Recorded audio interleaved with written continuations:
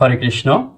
সকলের চরণে জানাই সশ্রদ্ধ প্রণিপাত এবং আপনাদের সবাইকে জানাই আমার নতুন একটি ভিডিওতে সুস্বাগতম, কৃষ্ণপ্রীতি এবং শুভেচ্ছা।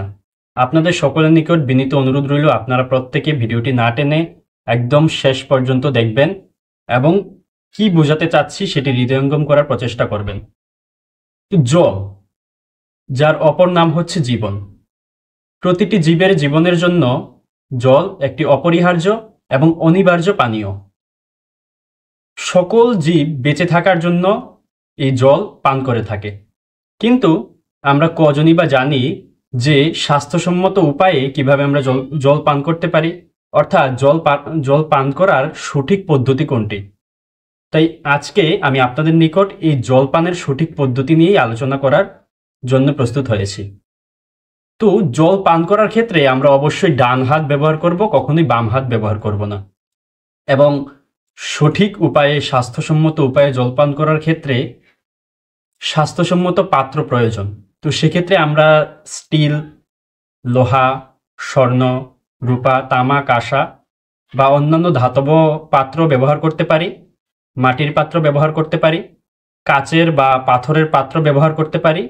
তবে মেলামাইন বা প্লাস্টিকের পাত্র আমরা ব্যবহার করব না, কারণ এগুলো স্বাস্থ্যসম্মত না এবং এগুলোতে যদি আমরা জল পান করি তাহলে আমাদের ক্যান্সার বা অন্যান্য রোগ হতে পারে। এবং বিশেষজ্ঞরাও এই পাত্রগুলোতে জল বা অন্যান্য খাবার আহার করতে নিষেধাজ্ঞা জারি করে থাকেন।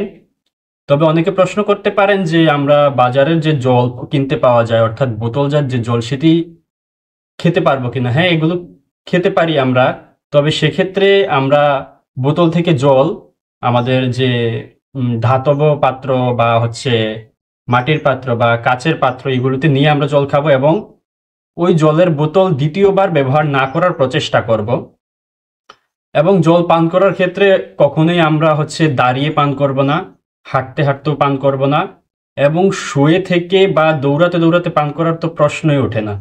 আমরা বসে ডান হাতে গ্লাস ধরে জল পান করব।